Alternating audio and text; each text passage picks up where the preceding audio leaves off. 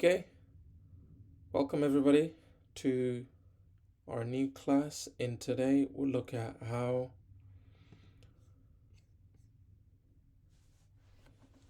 you work with cross-functional teams. But before that, I wanted briefly, I just spoke briefly about it with Louisa, how you could do an interview. So, for those of you struggling with surveys, I figured this might be a little bit easier because you could just use your pen and paper, write down a bunch of questions. And you could do something like this. You could have an opening.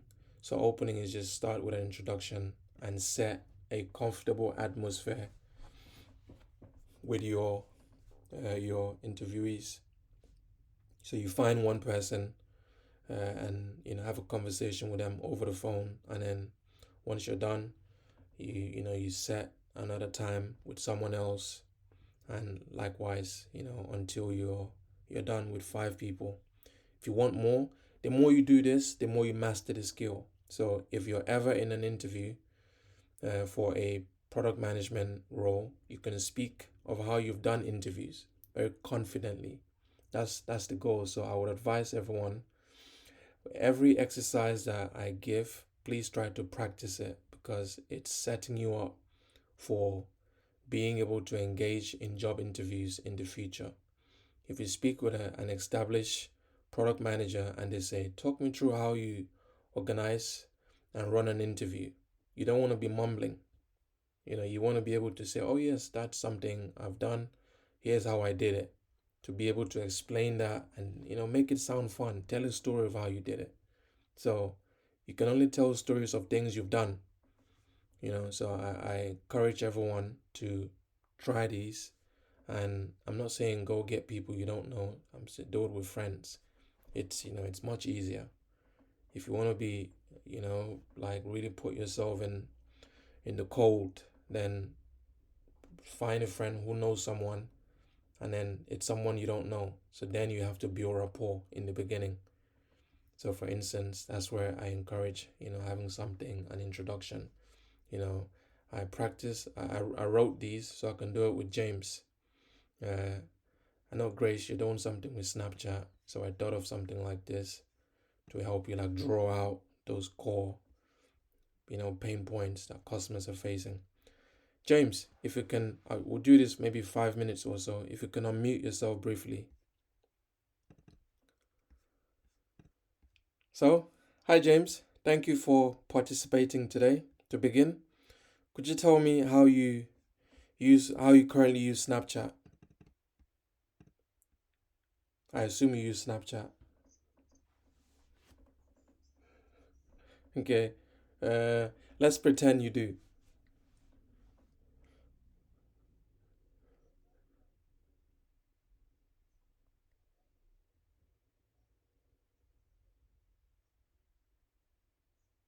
Right. Okay. That no, that's good to know. So you tried to log in, but you were having login issues, particularly with the password. Okay. That's good. What do you find most useful about Snapchat?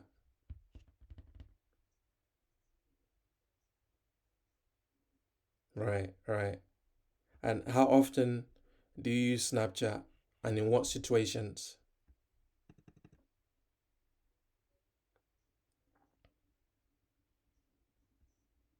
Okay. Okay. We'll stop there. So guys, that's just an example. I don't want to go in too deep, but I can make it even more extensive. For example, when I began, James said he had problems logging in and he mentioned something about password. So I could have said, tell me more. When did that happen? I could have gone in and said, did you forget your password? Did you try to reset? So you could explore more. That's why, as PM, in the end, as a product manager, what I've gotten there. So, Grace, I think this is where the point I was making earlier, saying having problems with login. Login is the altitude of that is very high. So we need to dig deeper. Let's understand what exactly about login. So now James is saying In terms of login, it's the password. James, is that correct? Yeah. So he's having problems with the password. So that means you know just identifying that, is that something that we, from a product perspective, we can help resolve. There's several ways to resolve problems around password. Maybe we made the criteria too long, and so people don't remember, the password that they use. That's just one example. There are various other ways that we can try and resolve that. So the altitude, not just saying uh, people are having problems with login, but let's dig deeper. What exactly about login? What is the problem in login? So that's a key thing to dive in and understand, that pain point. So in this brief interview, so you have something in the opening. You could even, I can break these questions further down. I could have begun with, for example, do you, if you recall, I just went in straight to say, could you tell me how you currently use WhatsApp? So there could have been a question beforehand that said, do you use Snapchat? And how long have you been using Snapchat? And then go into this question, could you tell me how you currently use it? So there are different layers, several questions you can ask. But you could see that, I've broken it down. That's the opening, the introduction, just to build rapport. And then now moving on to, let's understand, the usage. How does he use WhatsApp? And then, okay, let's start going into some of the pain points. Are there any frustrations? He's already mentioned login. So now I could have, asked far more questions. And then, does he have any suggestions? Sometimes users of the product, they have several suggestions. And as an organization, it's our role to ensure that we collect those suggestions and prioritize and rank them. Which ones will be beneficial to do and which ones are just, suggestions. Okay, so I would encourage everyone, if you've done the survey and you are happy with the pain points you've drawn, fine, don't worry. But just from an experience perspective, definitely if you go for an interview, you want to be able to, explain how you get down to understand user pain points and how you translate these into buildable product features. So being able to describe that in an interview, especially in a product management role, is critical. Okay, let's run in. So something I noticed, I observed from everyone's submission. I'm not sure if I don't think I'm sharing my screen. Am I, guys? Okay, okay. I sorry, guys. So this is what I was looking at. So I created this. So when I mentioned earlier opening, and then went into the usage of it, and then pain points, and then some suggestions that uh, people like James, the users of the applications, might suggest. I'll share this with everyone so you have it, and I think I bolden it so you can pretty much use this for any company. For example, let's say you're trying to understand Uber.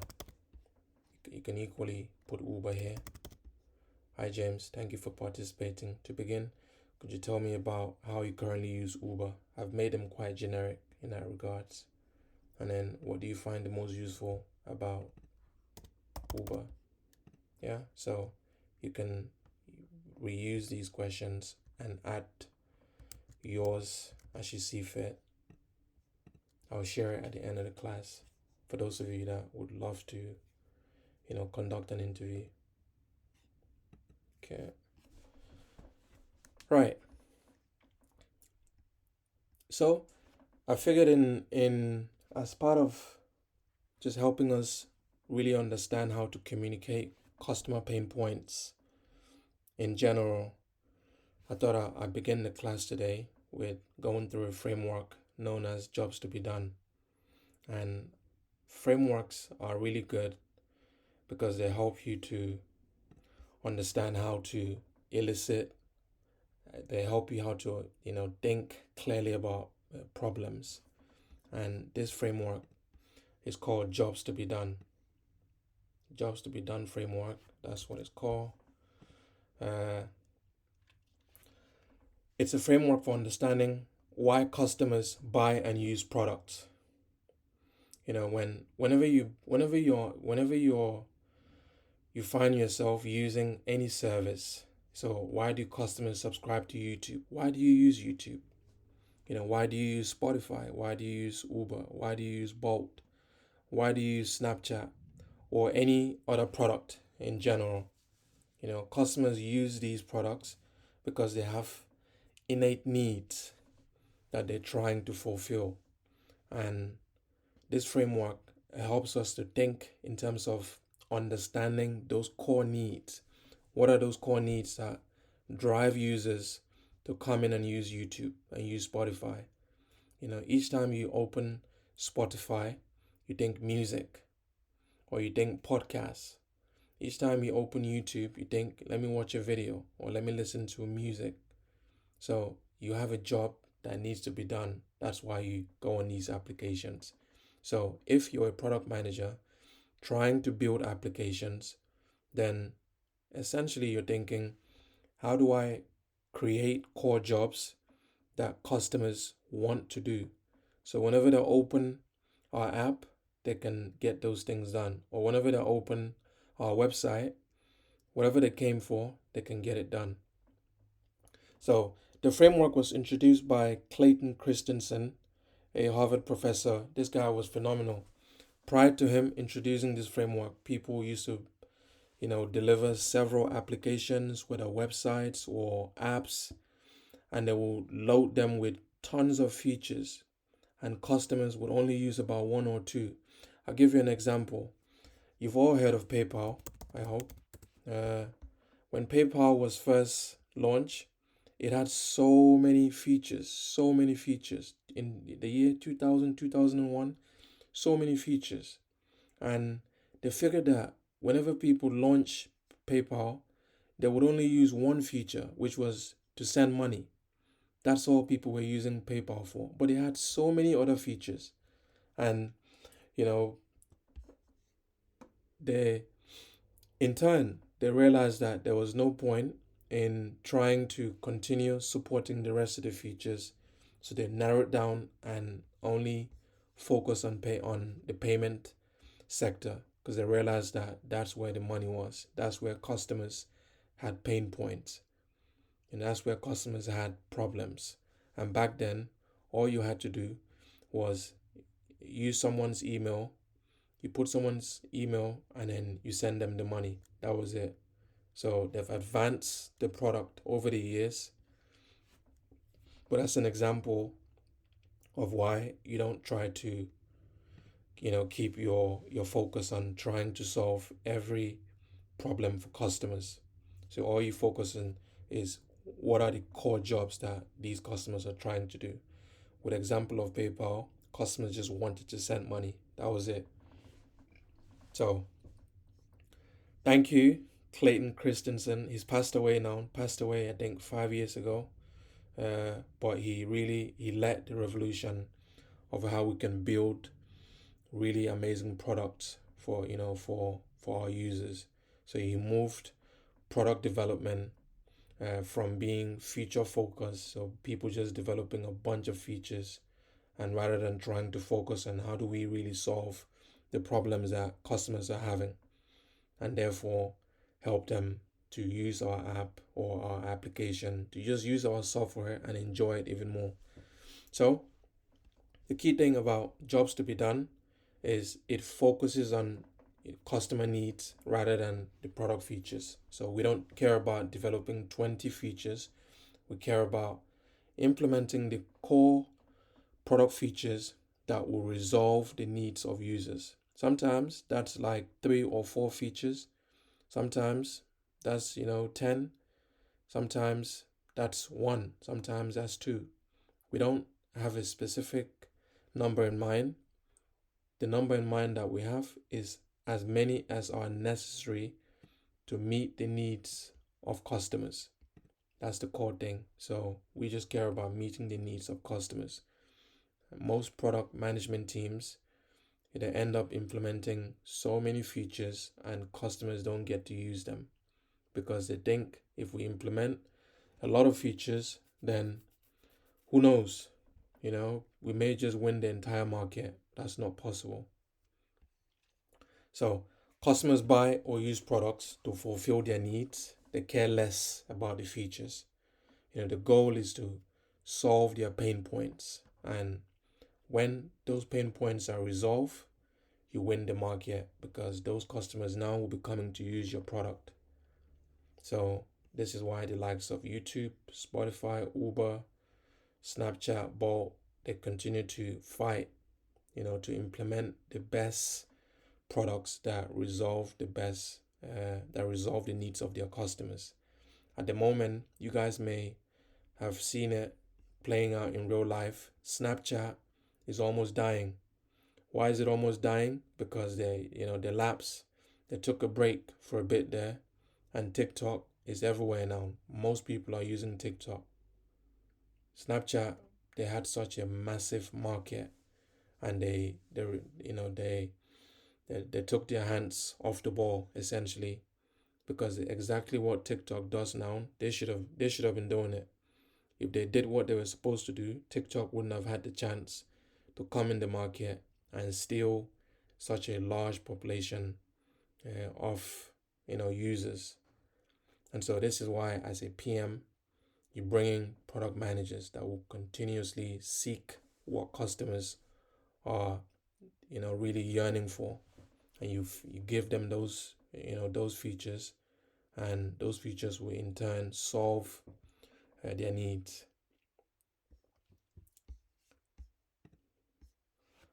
So why is jobs to be done? Why is it so critical? It's very important because it ensures that every product that is out there in the market, it addresses the real user needs and pain points, and not just launching a product with lots of really shiny and nice features. Those are nice, but those don't lead to users subscribing to your product. And essentially, you can see what's going on with Snapchat and TikTok. If you see, there are three core products in the market right now that are meant to be really social. Instagram, they're all visual. Instagram, Snapchat, and TikTok. And all of them have one thing in common: the stories. You know, TikTok has what, maybe 5-10 seconds of videos, just depending on what you're into. But essentially, they understood that people have a short attention span, and so they made the videos even shorter. And so, from a product understanding, they really understood what pain points people were facing. Going on Instagram and watching really long videos, people didn't want that. If that's what they want, that's what YouTube is there. In terms of social media and sharing videos, they want them really bite size, so less than 10 seconds. And these are tangible problems for customers. So whenever we think of problems, we must think from a user's perspective. How do we ensure that we build market leading products? Market leading products are products that customers use over and over and over. And if they use over and over and over, that means they will recommend their friends and families and loved ones to also join. And when you have such a cycle spreading, then that's how you know your product is really doing really well. You've addressed the core pain points. So always thinking, what features do customers care about? And what features resolve their pain points? So That's the jobs to be done. And now, how do you, as a product manager, you've done an interview, you've identified those core jobs to be done, and now you want to write them in the framework so that anyone in the company can read it and think, ah, yes, I see, that's it. That's a problem we need to resolve. So you can use this framework. This is how it goes. It starts with a when. A when describes the situation, a motivation, and what is the expected outcome for the user. So giving some examples here. When, and this is for Slack. So prior to Slack, companies couldn't really, I think I have it here. Prior to Slack, that's Slack was launched 2013. I think all of us here, and we're all on Slack now, so at least you can see the benefit of it. It brings us all together. We can have conversations, and now think of this, working for a corporation, how useful it is. So it's a team collaboration tool. Prior to Slack, there weren't many tools that gave you access to things like this. People were using emails, and emails are not really great for bringing your team together in a very cohesive and collaborative way. So some of you now, I mean all of you now, are sending you assignments on Slack. If not for Slack, you would have to email me these things, which is not great. So that's how useful Slack is. And some of the core jobs of Slack uh, roams around messaging, collaboration, and integration. Messaging, I think we've all used these core features. So Slack prioritize these features really high.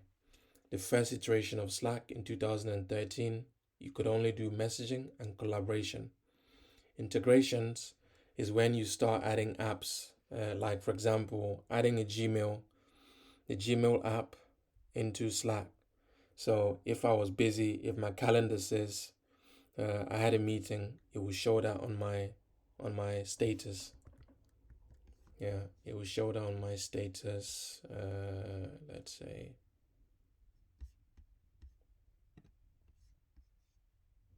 So there will be a status here somewhere, and it will show. So there'll be a state, yeah, right now it's active, but it will say something about I'm in a meeting. So those are some of the integrations that you can add, and there's several other apps that you can integrate. You can integrate the Miro app, for example. Can you see this? These are apps. So I have integrated Google Drive. I've integrated Jira. I can further, here are some of the other integrations. So I can integrate Zoom as well, Google Calendar, as I said. So all of these apps you can integrate to Slack, and all of that is aimed at helping me be more effective and efficient in my job. So essentially, these are the jobs to be done. Why? Because I care about these things. If I have them all in one platform, that's really good for me. There are people out there who actually use all of these tools, or maybe a majority of them. Not everyone, but so you can see the usefulness of Slack. So they've really studied, they spent time, they conducted interviews, they did surveys, they did observations, they did a host of interview techniques and a host of research methodologies to really understand what customers look for when it comes to a communication platform. That's what Slack is.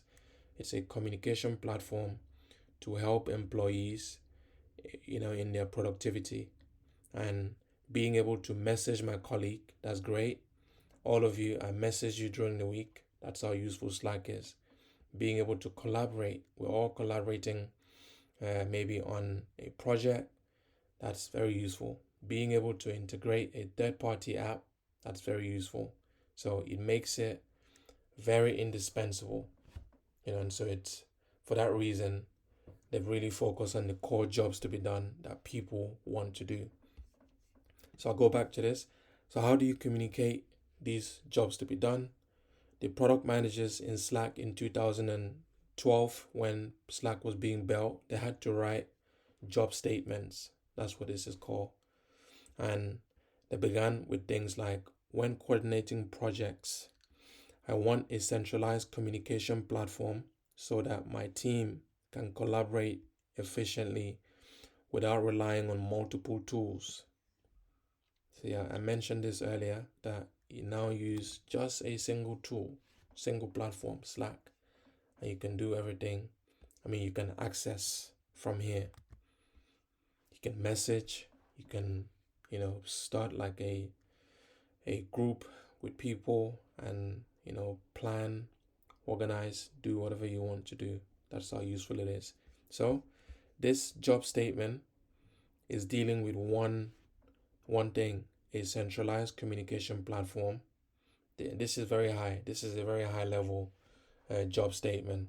I can break it further down. What piece? I can then say, for example, when messaging in the group, I want to be able to speak with the people in that group, for instance. That's one. So this is just a high level job statement. And the next one here is, when managing remote teams, I want a way to maintain clear and consistent communication so that everyone stays informed and aligned on task. When handling multiple tasks and projects, I want to integrate various apps and services into one place so that I can manage everything seamlessly without switching contexts. So again, lots of insights there. So these are job statements. And how do these relate to your research? You can take these and you can share them with anyone. So you've done your research, you draw these insights. Yeah, so what problems have you seen people facing? Then you provide context. So using job statement allows you to do that. What's the situation that customers were facing? And what's their motivation? So motivation is, I want a centralized communication platform. This is what they want. And what is the benefit? That's the outcome, the expected outcome. So the outcome will be that being able to collaborate, efficiently without relying on multiple tools. Any question on this?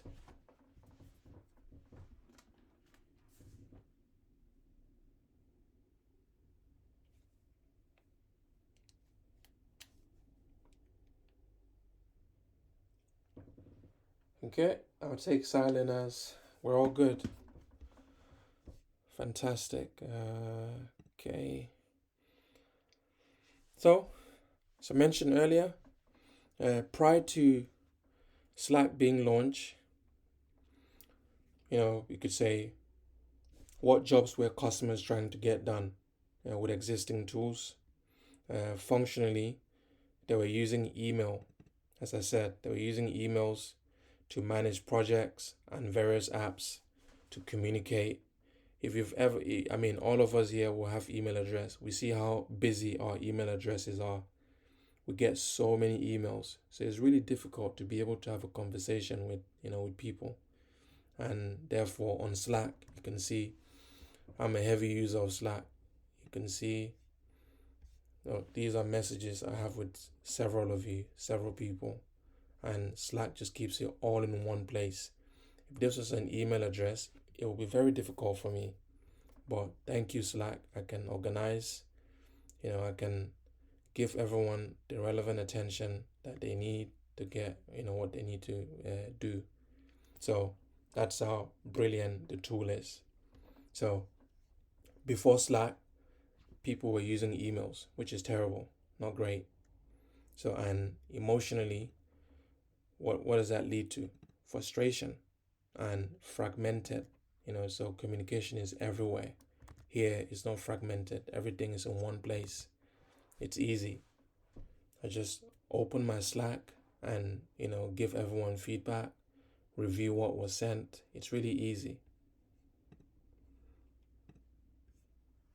And so to identifying jobs to be done, so we're sort of reverse engineering this because we've gone through the interview earlier.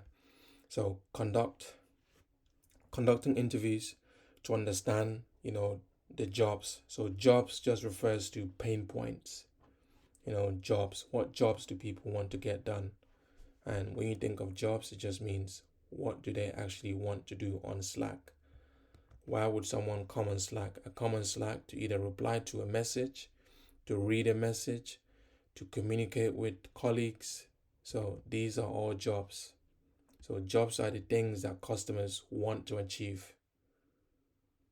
Yeah, and in Slack's case, these were jobs that people wanted to do but they couldn't because Slack didn't exist.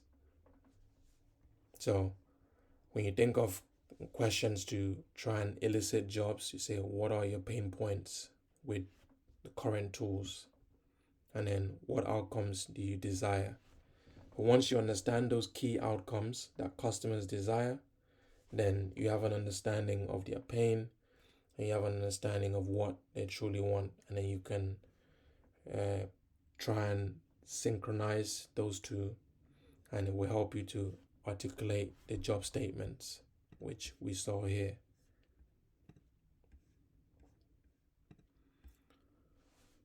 So jobs mapping for Slack, how do they do it? There's something called functional jobs. So that's just being able to send a message, for example. That's functional.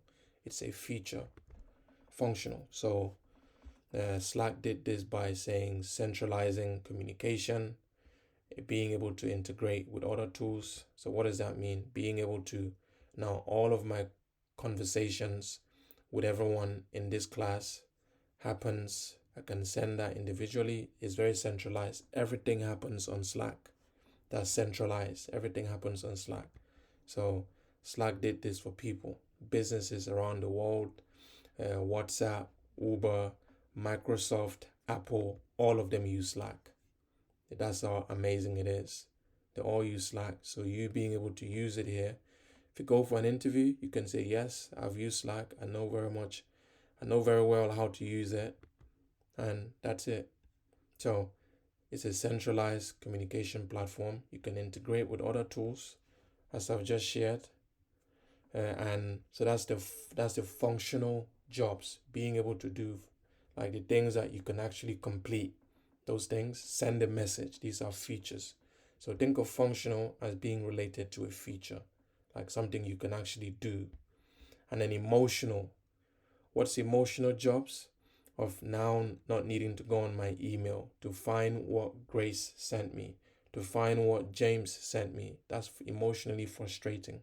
So therefore, Slack reduces frustration. The emotional jobs that Slack does is it reduces frustration and increases productivity. So you can see here the functional are the things that customers do, and then the emotional are the emotional benefit of being able to do these things.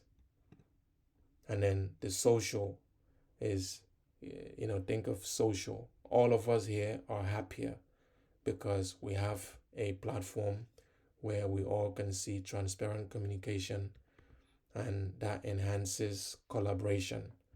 It brings a culture of happiness. Yes, someone raised your hand. Question?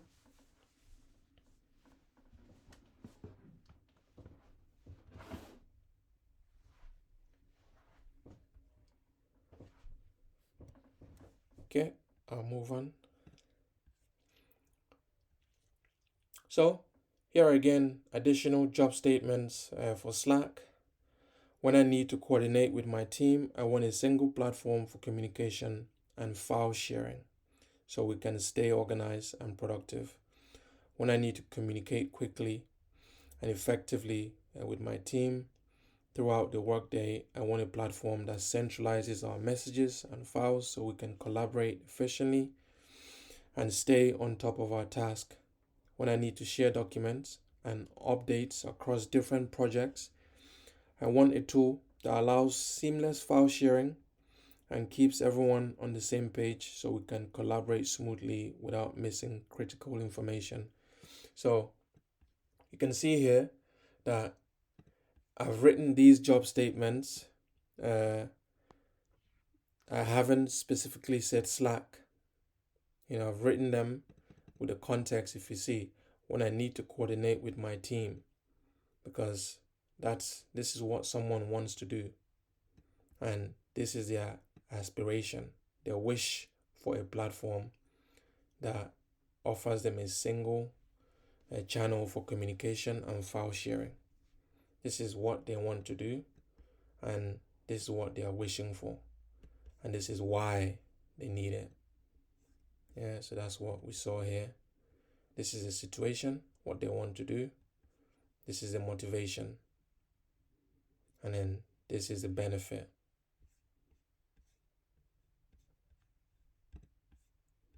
Any question on this?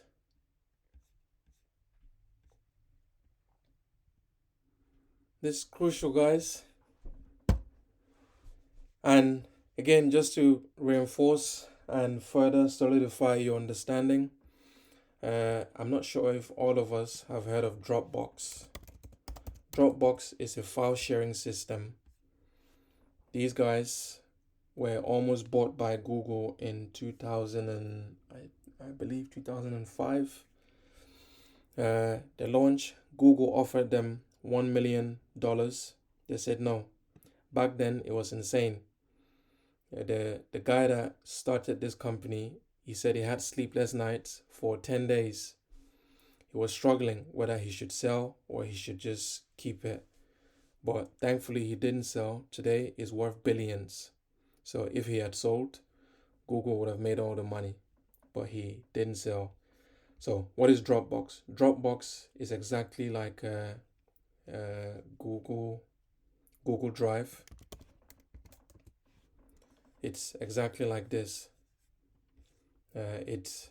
Which is why Google wanted to buy them, because then they wouldn't have to invest money to build their own platform.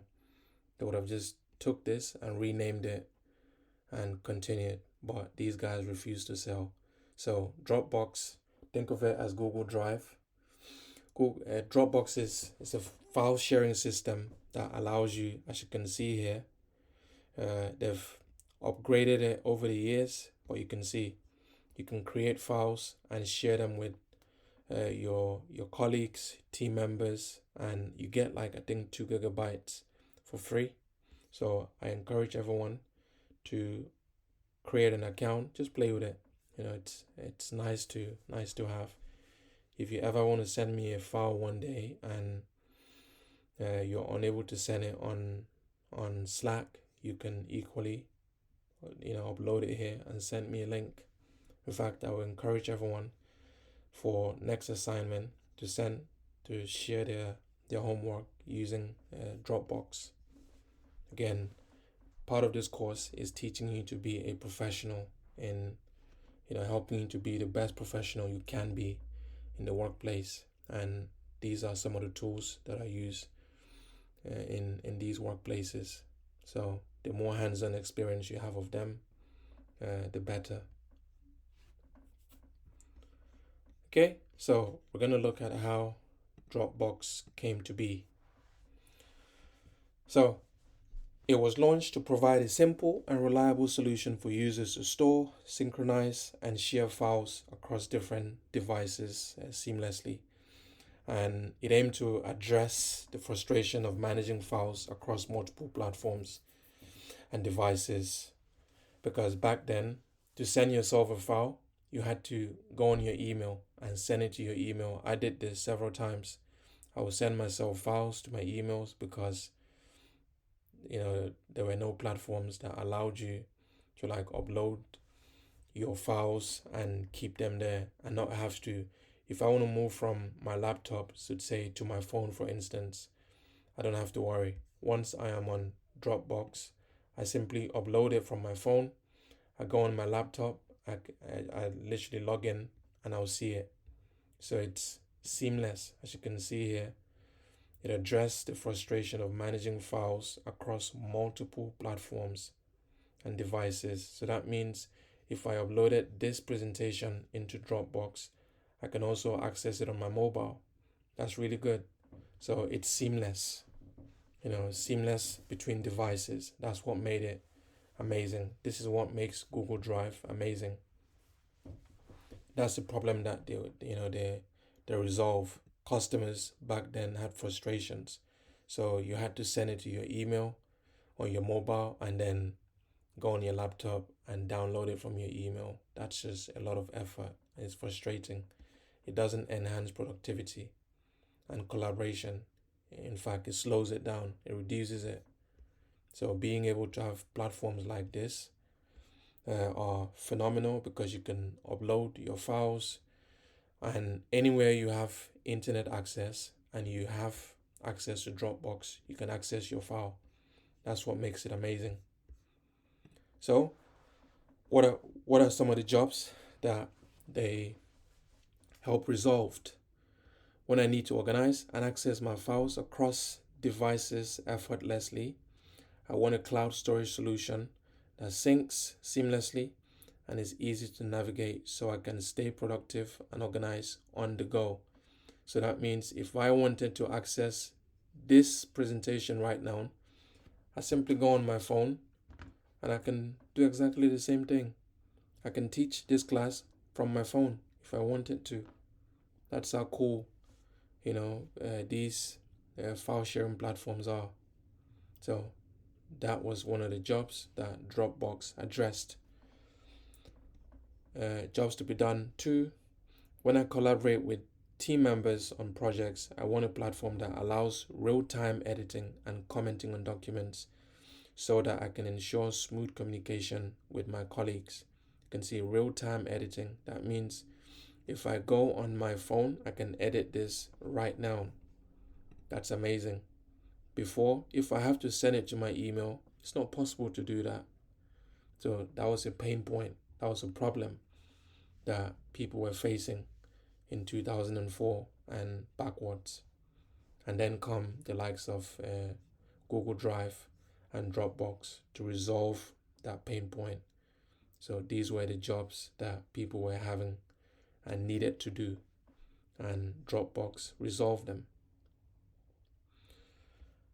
Your turn.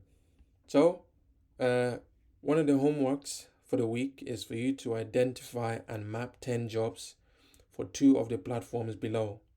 So, you could use BBC News, CNN News, Snapchat, Uber, Google Maps, Facebook, WhatsApp, Pompeii, Monzo, Airbnb, Instagram, Spotify, Zoom. And we've seen what I mean by jobs to be done. So what exactly? So write them in this format, as I said, in job statement. So I want 10 of them. So I've only written 3 here. I want 10. Choose any two platforms here and think of what jobs do customers come on WhatsApp to do. For example, someone goes on WhatsApp, send a message, make a phone call, send an image, create a group, read the news. There's several jobs to be done. I want 10. So the same thing for Uber, same thing for Snapchat, same thing for CNN News. So I want you to do 10, pick 2. So 10 each. So that's 20. So if you do 10 for Uber, another 10 for Instagram, then you're done. Is this clear, guys?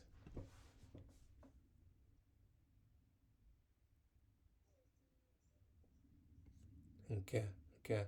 So 10 jobs for 2 of the platforms below. So 10, 10 each. That's 20. Okay, still your turn. Uh, Identify and map 10 jobs using the generative survey that you conducted. So survey or interview. So this was the main goal of going through this to ensure that you're able to do an interview or a survey. There's no point of doing an interview and survey if you're unable to articulate, the pain points that customers are having. So now I've made it easier by giving you a framework. This framework helps you to bring out what pain points customers are reading. And in the product world, this is fantastic. Whenever you have a conversation with anyone, everybody's clear. Okay, customers have a job that they need to get done, and ultimately that puts you, it makes you rank very highly because you're having discussions about pain points and not about features. We care about understanding the core problems that customers are having. And yeah, so I want for you to generate 10 jobs to be done using the surveys that you did, or you can create an interview as we discussed right at the beginning here. And using that interview, you can then generate what 10 problems in the format of the jobs to be done that you saw customers were sharing. And so I put here, if the survey does not give you enough insights to enable you to identify 10 jobs to be done, you can either do another survey or you can spread your wings and try an interview. Because an interview, you can ask more probing questions, just really trying to understand the problems that users are facing. So I've mentioned here, you can do 5 to 10 people, and this is, each individually. And as you conduct the interviews, either record them and then you can go back at them later and make your notes, or you can be making notes as your interviewees are answering your questions. It just makes it a bit more difficult. But nowadays, there are tons of applications out there that can even transcribe for you. As someone speaks, they can transcribe and show you and give you exactly what people responded, and therefore you can then read that in the end. So I would test it out if I was you. Find an app. If you're unable to, just do the old school way of just have a conversation with someone and make notes as they respond. Okay, guys, let's move on. Still have a lot to cover. We've already been through this. Here's just the role play that I did earlier with James. I added it here, but I figured that I wanted to also give you a template, so I moved it here, and I will share this in the end. So for the main class today, which is on building and managing cross-functional teams. So this is critical as a PM. You need to work with a variety of people in an organization. So everyone is a stakeholder. So you'll find that being able to work with people is key. As with all things in life, you need people. So you need to be able to understand how to be effective with people. In product management, that's crucial. You need people to get things done. You need them to be on your side. So being able to turn on the charm and just be a decent person in general, you should be fine. So we work in terms of cross-functional teams. What does it mean when you hear the word cross-functional? Cross-functional just means it's a multidiscipline. That means we have lawyers within the overall, team feeding in to give us legal requirements. So in a legal landscape, what's happening in terms of the law? What are some legal things that might impact what we do? For example, I don't know how many of you have heard of KYC, know your customer. So there were laws that were passed that if a customer, for example, if I'm a product manager at Pompey, we want to be able to know our customers. So if someone opens a bank account, we want to know at least their name and surname. These are things that we want to be able to know to give them a basic account. Now, if they want a more upgraded, if they want an upgraded account, depending on how upgraded they want, so we start collecting, further detail that gives us more information about them. So they hire, if they want a top tier account, then we need to collect things like, for example, their name, and potentially, other government related identification. So that's just one part of cross functional team. So you get your legal, so these are people who are familiar with the laws of the land, and then you also get your marketers, your finance people, so your accountants. We get all of these people, and we call that a cross-functional team. And so everyone there plays a vital role, and it's all on aimed at helping us understand how we serve our customers and build a product that would, help us to achieve the common goal of why we exist as a business. So some of the benefits of having cross-functional teams is you get, diverse perspectives from different people, and therefore it's really helpful to understand customers and also to understand how we can deliver products that will really meet the needs of our users. So we think of KYC, for example, and why we need to understand our users, why we need to understand what level of information we need to obtain from them in order to serve them. So that's all something that lawyers within the team would be advising. We need to meet these regulations, otherwise we may be fined by the government, which is not good for us. It can damage our reputation if we are a banking organization. And similarly, we in the West, well, specifically in the UK, we have GDPR. Again, it's all on data to ensure that you're not obtaining data that you don't really need. So you obtain data that is relevant, and then you must get people's consent. So again, we need diverse perspectives, and ultimately really helps us to enhance our focus and only, keen on solutions that would help us to add value to our customers. So key components of cross-functional teams.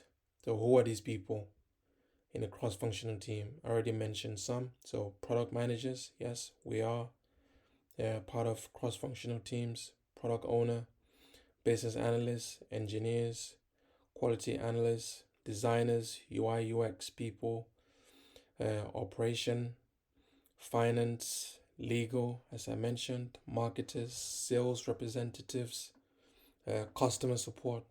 You can see everyone here cares about serving our customers.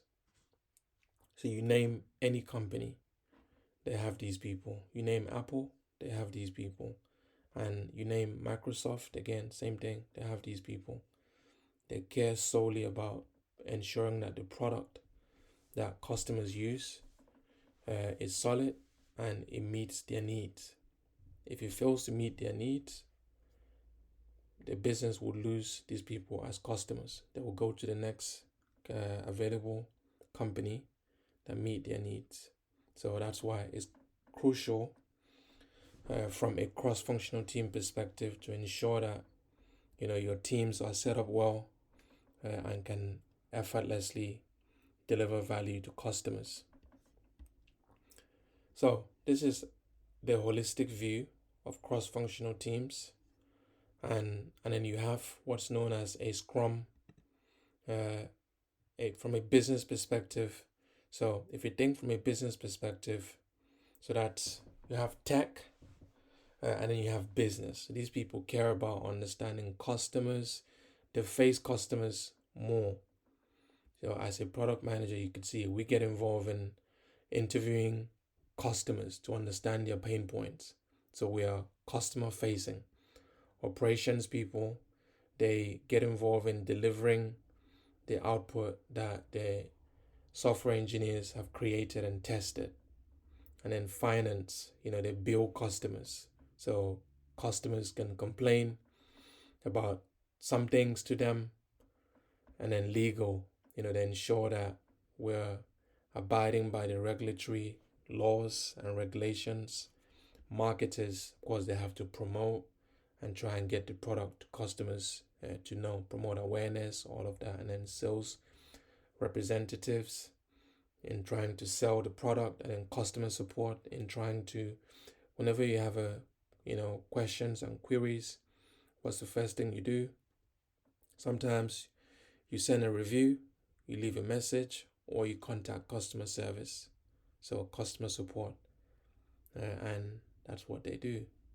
So you can see all of these roles care about the business side of things.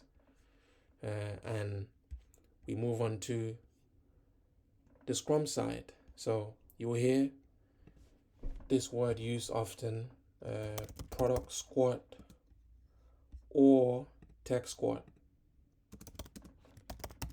If I was you, I'll write this down. Tech squad. This is something that the world has adopted. It came from Spotify. So a squad involves these people. So tech squad is essentially you have a product manager, a product owner, a business analyst, engineers or developers, however you want to call them, quality analysts, UI, UX. So these are the people that essentially deliver value. We can add some more. We can add, for example, architects, and we can add, yeah, this is good.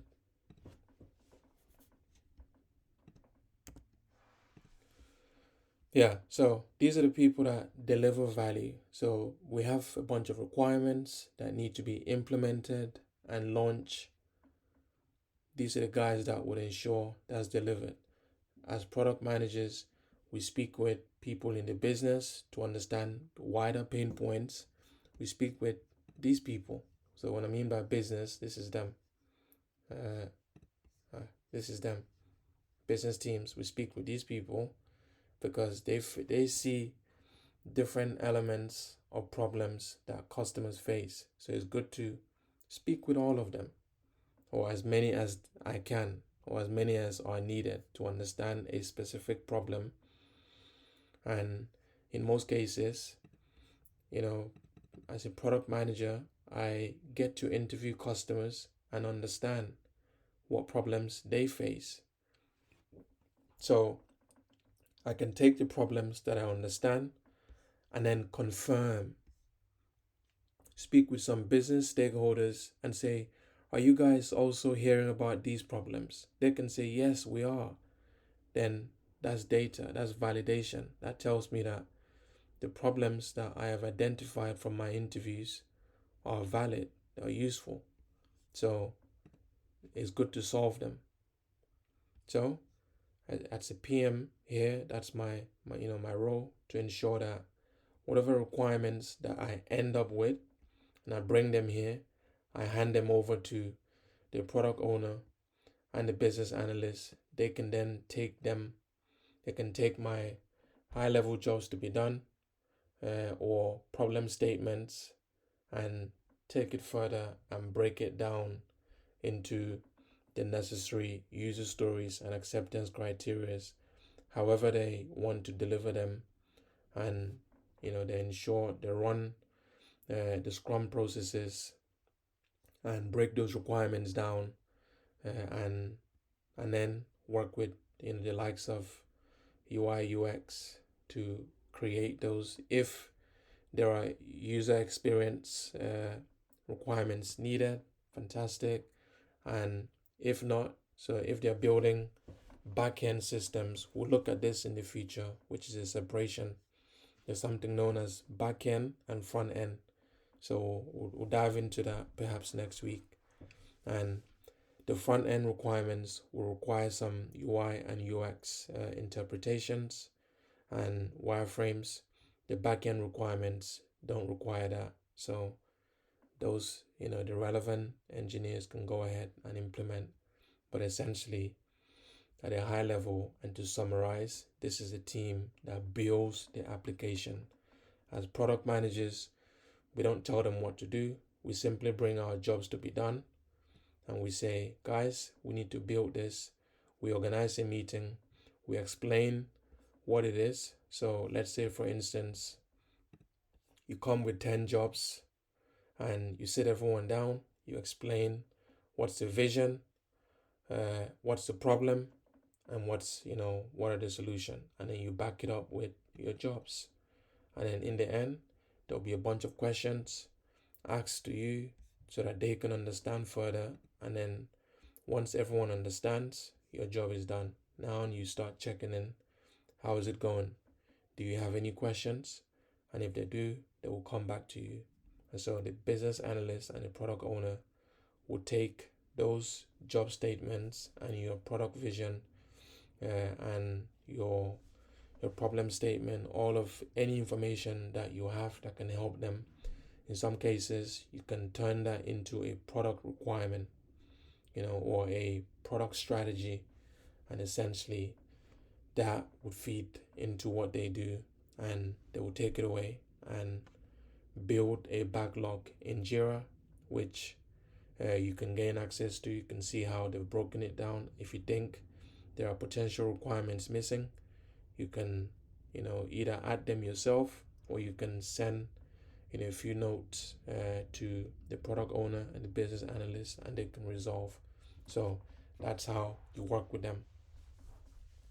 And once they've built the product, they will come back to you, the product owner or the business analyst will say, we've built the product. Would you like to see a demo?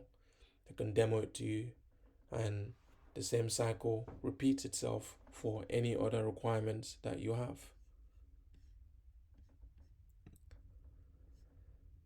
And so when you join a team in general, you're most likely you will go in and they already have a bunch of these guys. But in some cases, this will be further down the line in your career. They may ask you to assemble for you to assemble a cross-functional team. So always think, when you hear cross-functional team, the first thing that comes to mind, all it means is a bunch of experts from different fields that come together to try and deliver a project. And so for you to assemble one, you need to identify the project goals and the required skills.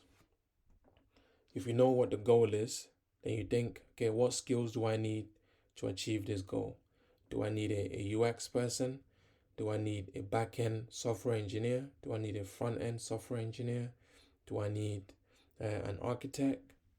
Do I need a business analyst or a product owner? So this is how you think. And then you then select the relevant expertise that you need, and then you define the roles. So here, this is what that looks like. So roles and responsibility. If you do bring in, for example, let's say these core roles here, we'll look at them briefly. So if you do bring in a product manager, that means the product manager will be responsible for building the vision and the product strategy. That person would also be responsible for prioritization and roadmap planning. And that's something we'll do next, which is to try and understand how you prioritize. Let's say you've done your 10 jobs to be done. How do you prioritize them? How do you say, we'll begin with the first one all the way to the end? How do you, rank them from 1 all the way to 10? What frameworks do you use to prioritize them? And then you then move from there to now putting them in a roadmap. So as a PM, you could see these are the core things that are expected of you in every role that you take on board. Any company you join, they would expect you to be great at doing these things. And these are more outputs of everything that we've been doing so far. So you're doing well. You now know what a product vision looks like, and you can actually write one. And product strategy is being able to execute your prioritization and roadmap, which we will do soon. So you see what that looks like. And then you have developers and engineers. So the technical implementation of the product itself, that's done by your engineers, and then system architecture, that's them. So they take charge of that. And then your designers, these guys, they help to make it friendly. So user experience and interface design. And then legal, as I mentioned earlier, is more regulatory and legal compliance to ensure the team complies with the legal laws. So in helping product managers and business analysts ensure that we are asking the right questions and we're building the right products. And then operation to ensure the software is launched and maintained for clients and users. Marketers, of course, go to market strategy, customer acquisition. How do you ensure people are aware that the product is available? How did most of you find out about Instagram or Slack and WhatsApp? You found out because they were advertised, they were marketed to you. So that's the role of marketers. Sometimes it's by word of mouth. If the product is really good, then sometimes the product speaks for itself. And then sales representative, again, this is from, customers being able to feedback and people being able to sit and listen and then take that and sell. So that's revenue generation. So sales representative to go to customers, find them and talk about the products and get them to subscribe or get them to buy. And then customer support, that's where feedback, if they have any issues, try and resolve it for them. So these are some of the roles and responsibility from a cross-functional business perspective. And cross-functional, because you're having to deal with several people, it can be quite tough. So there will be conflicts. So how do you try and ensure effective communication? So key strategies to use is regular meetings. You will hear in a tech in a tech squad perspective where you have these core skill areas. So PMs, POs, you call these guys POs. POs, BAs, your devs, QA, UI, UX, architects. There's something called stand-ups and retrospects. These meetings, stand-ups happen daily where everyone comes and shares an update of what they did yesterday and what they will do tomorrow. And then if they have any, let's say they're stuck on any issues, they can share those and hopefully the Scrum Master can help resolve. So I say that, I miss one. Something called Scrum Master. So this person is almost like the project manager. They facilitate to ensure that everyone knows what they're doing and they help us coordinate. So they're like the project manager of the group.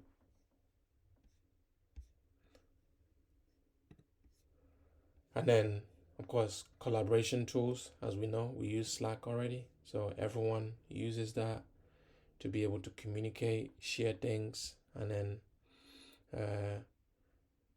whether that be documentations and so on. So those can be shared on Slack. And as a PM, as a product manager setting up such a team, you explain these things to people, and in the end, it leads to an open environment where everyone can really share, learn, and communicate better. So some of those collaboration tools, we'll get to them before the course ends, I promise. We'll see how Jira, I think what we'll do, maybe I'll make everyone enter their jobs to be done in Jira. So once you produce it, possibly at the end of next class, we'll get everyone access to Jira, and then you can take it home and enter your jobs to be done in Jira. So you see how it works. And then we have Figma.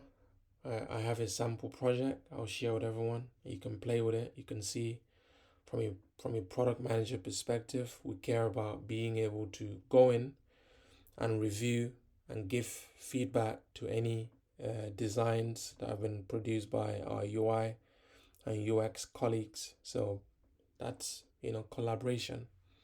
If I review a wireframe that has been produced, if I have any feedback, I can share, and ultimately that helps them to improve and enhance that design. So I don't have to know how to use Figma. I just need to know how to go in it and review and give feedback where needed, and then get out. And then there's GitHub. This is for your engineers. This is what they use. This is where they store their code. I will show everyone briefly, and I help everyone to create an account. It's good to have one. I don't expect you to be an expert, but just something you could say, yes, I've seen it, I've played with it briefly, and that's usually enough. Because no one's going to give you access to their GitHub, because you can delete the code. If you delete the code of a company on GitHub, you can be sacked. so traditionally, no one gives you access to it.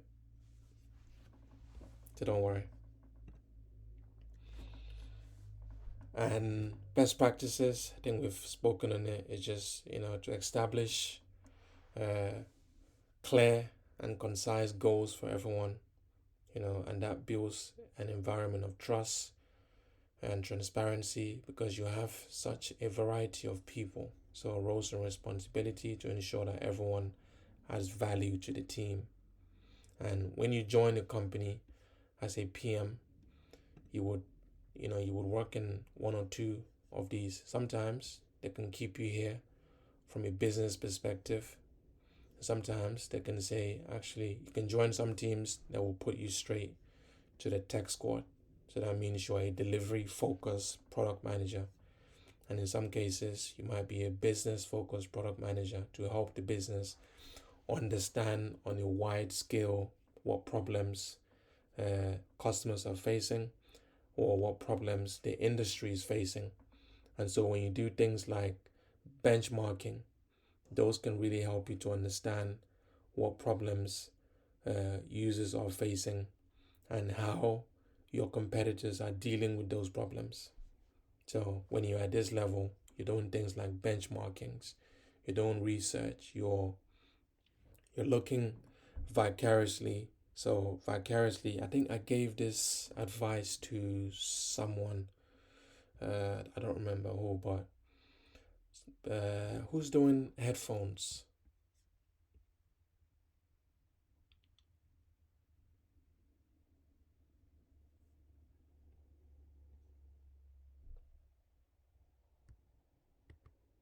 I think Udwak, it's you. Udwak, you here?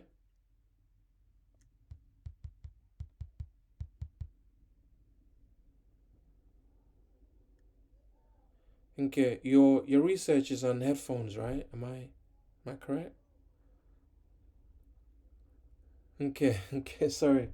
Uh, Someone is doing research on headphones. Is that you? Uh,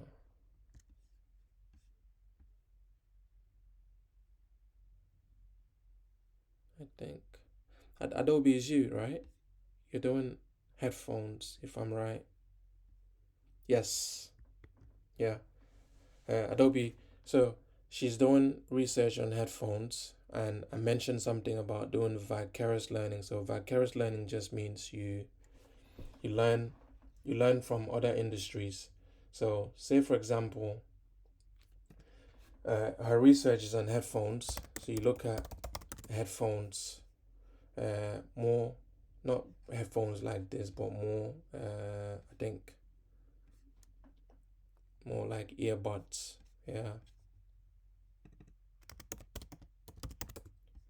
earbuds. So you look at these, and all of them are promising the same thing: optimized sound. So customers sometimes they don't have much to go by. So what they do is they come in, which this is £48. It's gonna do the same thing as £19. So why pay 79 to get the same quality? Maybe the quality might be just a bit different, but that's not sufficient. So what some customers do is they come here and they're confused, and so they go for the cheapest if they're price sensitive, if price is a factor for them. And so to learn vicariously here is to, and by vicariously means we look at industries outside of headphones where people have faced a similar challenge. So it doesn't have to be about headphones. Where have people faced a similar challenge? And where we see that it's in uh, cameras. So you look at cameras, and then you look at mobile phones, and we see that all of them now are, they will tell you our camera is amazing, our camera is amazing. They scream that. And so what that means is, what that meant for these companies, especially phones, they knew that people no longer bought cameras. Not many people own cameras these days.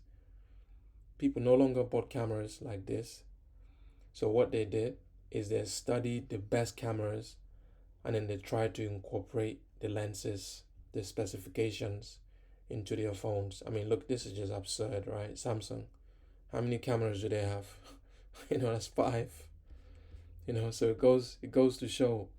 So that's now, as a customer buying this is over £1,300 for just a phone. So you could see uh, that that's very expensive. So if I'm going to spend this much, it needs to make sure it can bring you back to life. Otherwise, I'm not spending that much. So some people will buy this because they have needs that they will save money from a camera that look at that. That's well over £2,000 for a camera. But now they can buy a phone that will give them just as good a camera specification as a camera here would. So what they've done there is they've understood the needs of their customers and tried to bring some of the specifications of this camera and introduce it to their products.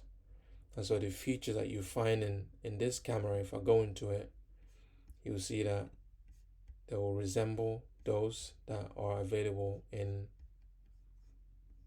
that are produced by the camera.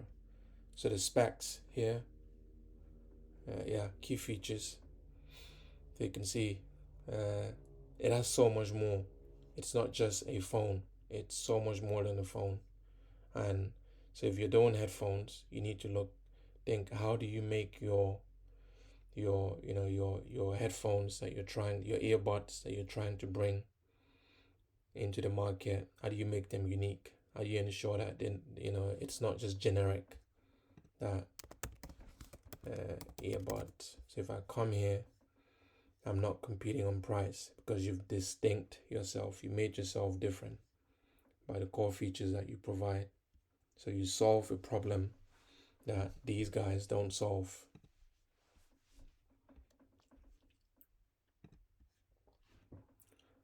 And any questions?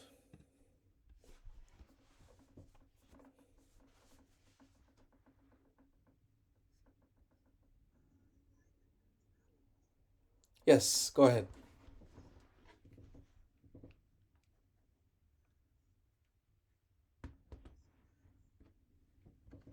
Hmm.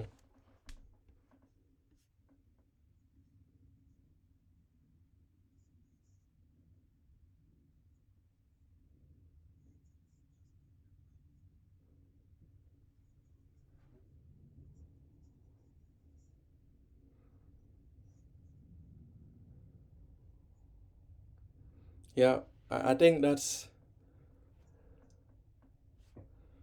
Yeah, a great question.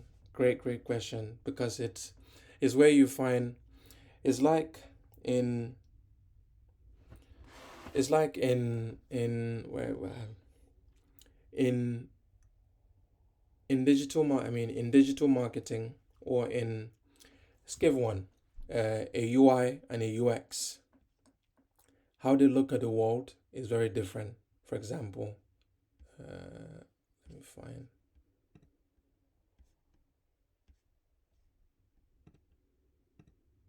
Yeah.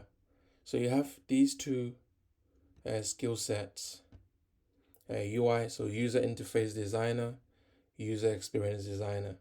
User interface designer, what they do is they design the interface, and then user experience, it says, if someone clicks on this, I think the experience should be it should be a drop down like this.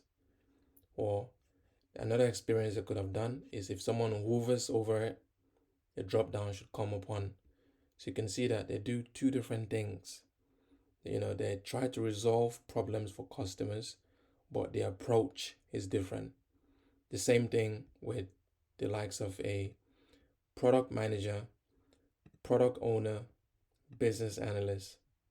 We try to resolve customer pain points, but we come at it from different angles.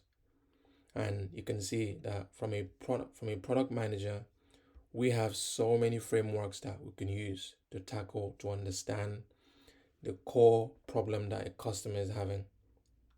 I introduced another one today, which is jobs to be done. So you can see that there's a persona that's there. The difference is a persona from a product manager's perspective. We simply we look at it as what's how does it help us to understand the group? Because remember, persona is not an individual.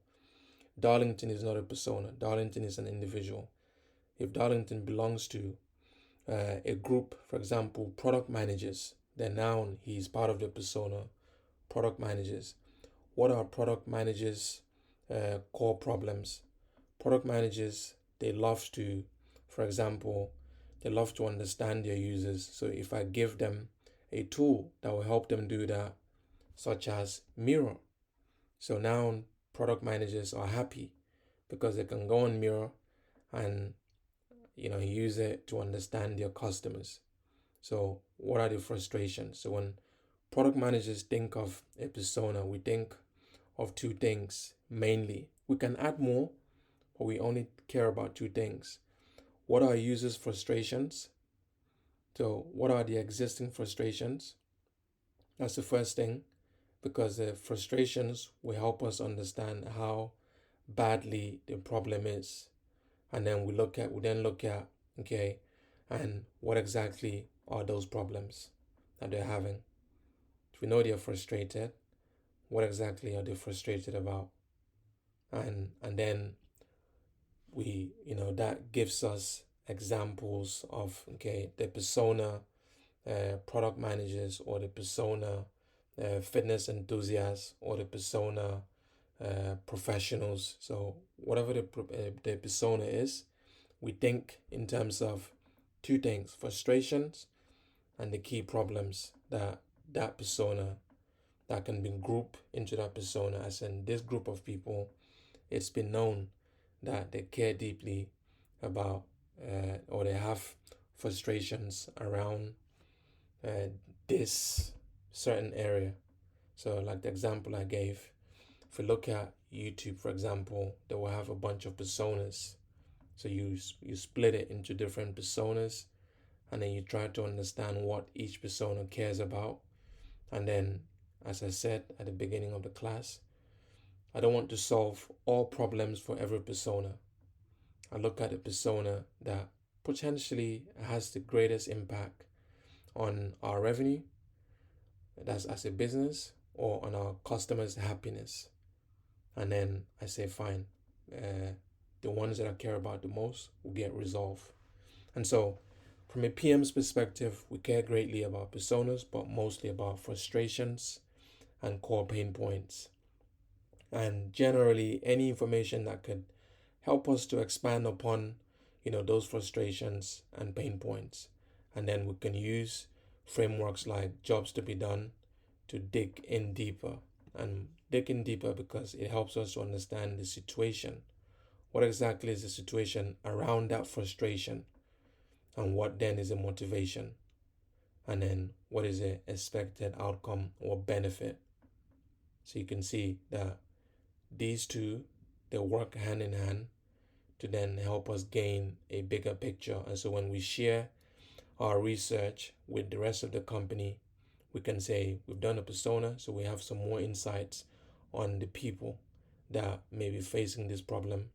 And then we've done a jobs to be done that really dives in deeper to understand the core problems that users are trying to resolve and why. And then we communicate that to everyone. And then so the business analysts, they may business BAs in general may do a persona just to help them learn how to articulate the problems even more in terms of when they start creating user stories and acceptance criteria. But it's not something that they would get into a lot more. So it depends on the structure that they're engaged in. For example, if you have a BA that is Scrum focused, so a BA that works with engineers to deliver, all they simply would be most focused on is, okay, how do I take the high level use cases? So that's something we'll get into as well. How do you transfer the jobs to be done statement into use cases that you could say you can then add and give to your business analyst to then create user stories and acceptance criteria. So it just depends on the company you join and the culture. Because then in some companies, for example, if you're a business analyst at Google, what they usually do is they'll give you a bunch of jobs to be done, and then you're then expected to translate them into user stories, which effectively you would then break them down. So one job's to be done might be broken down into as many user stories as can be obtained from it. And then so you end up with a massive backlog. But essentially, to answer your question, there are two different approaches. As product managers, we think holistic. We don't go into detail. Business analysts, they go into detail to expand further, as shown by this example here. If I was to give this to a business analyst, they would take this simple one jobs to be done and potentially translate this to about 3, 4, or 5 user stories. They're really skilled in the detail. Whereas we focus on the helicopter view. How do we create a product strategy that will solve the problems that customers are having? Does that answer your question?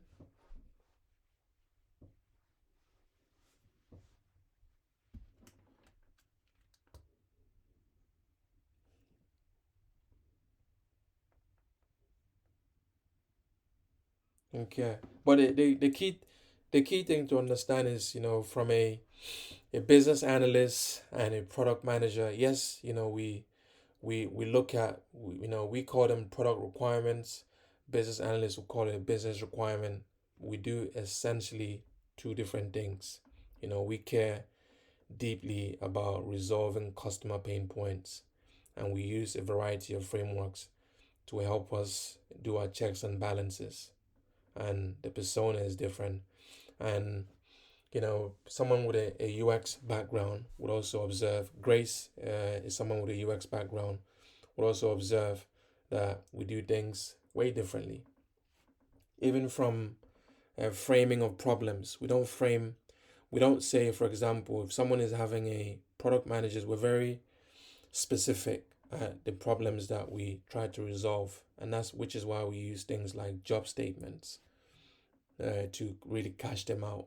So we don't say, for example, a customer is having technical issues. That doesn't mean anything in product. It's so holistic that it can mean several things.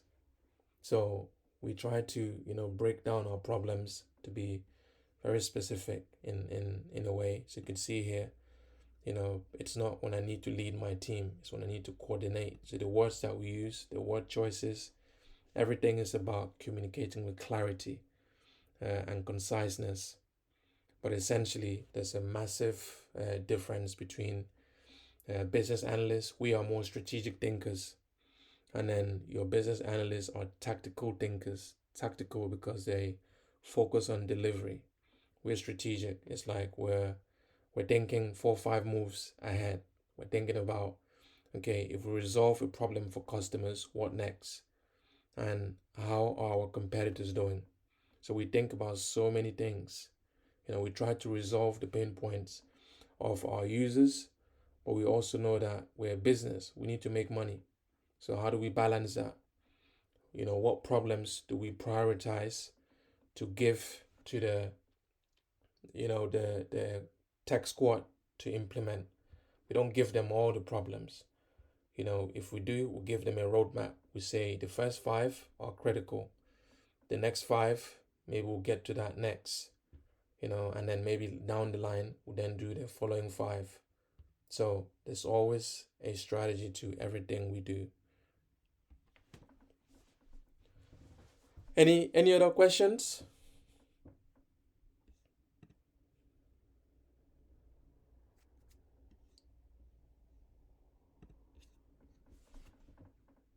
Okay. Thank you all. No other questions? Then well done, guys. I hope